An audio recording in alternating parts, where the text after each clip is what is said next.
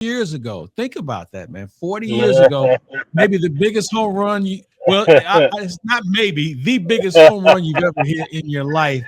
A lot of things. What have you been up to for the last 40 years? I don't think I've seen very much of you since you hit the home run. Well, a lot of golf, a lot of bogeys.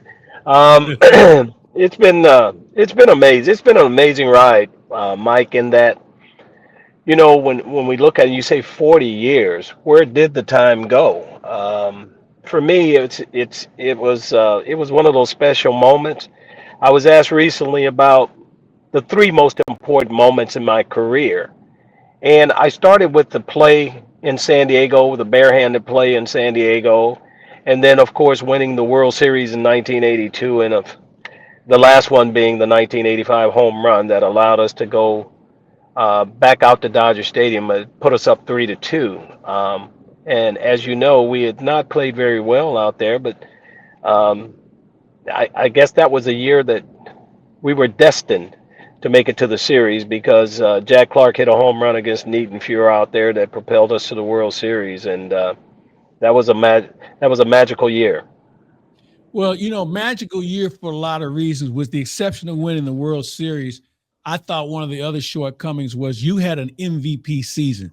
You Hmm. finished second in the voting to Andre Dawson, who hit 49 home runs on the last place team. So I'm not sure if he wasn't on that team, maybe they'd be in AAA. I'm not sure. But when you look at your numbers across the board, you had a phenomenal year offensively. The defense spoke for itself. And one thing that stood out for me that particular year, and we see it today, where strikeouts are so abundant in the game, you struck out 27 times. Think about that, Hmm. folks. 27 times in an entire season is the amount of times you struck out. And I know you always took pride in that, but it seemed like the perfect storm took place for you that season, where the defense, as we mentioned, was good, the offense was good, and Whitey could hit you virtually anywhere in the order. Now, granted, you had Vince at the top, but you were a great two hitter, you were a great six hitter, you were an outstanding eighth hitter, and you were able to do all the things that gave Whitey, it appeared, the versatility that he needed to make that a championship team. Yeah, I even got a chance to hit third one time that year.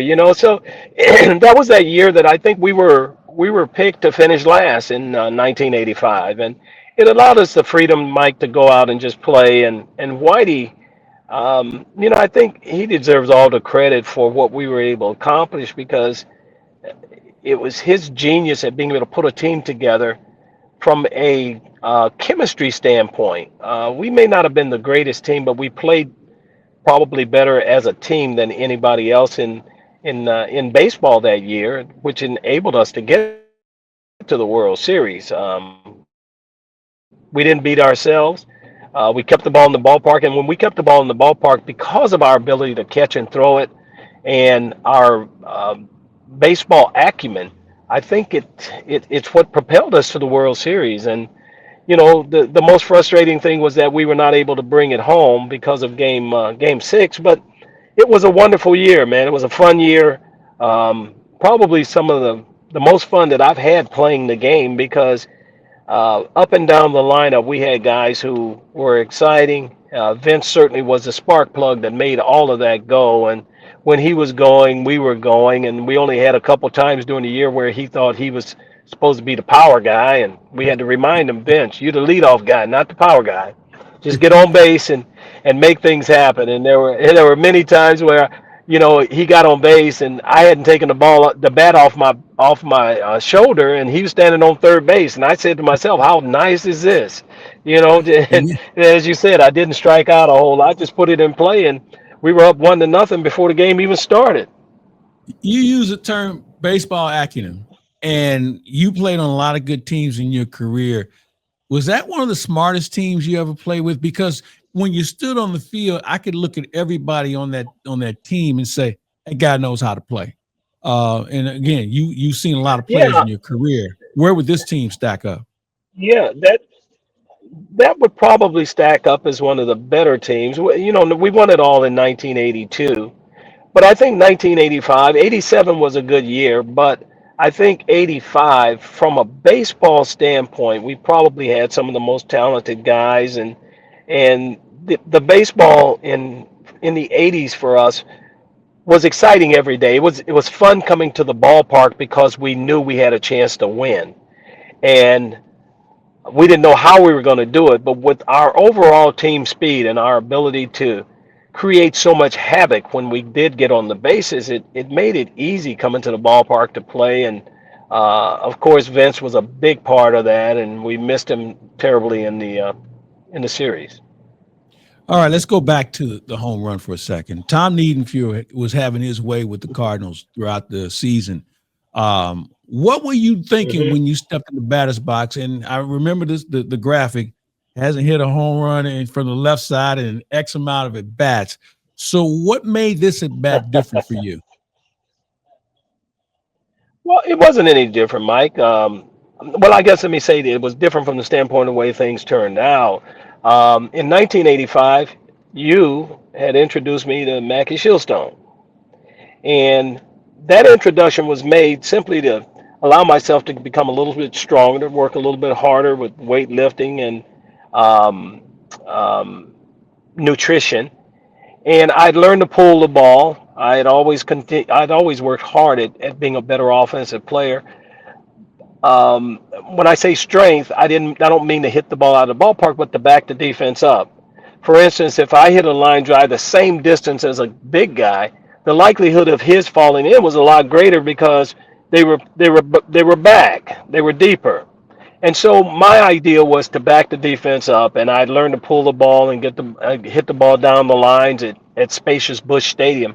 And so in this particular instance, the Dodgers had always pitched me hard inside, soft away, hard in, and I think I was behind in the count actually, and You were. he was going to blow me away with a fastball.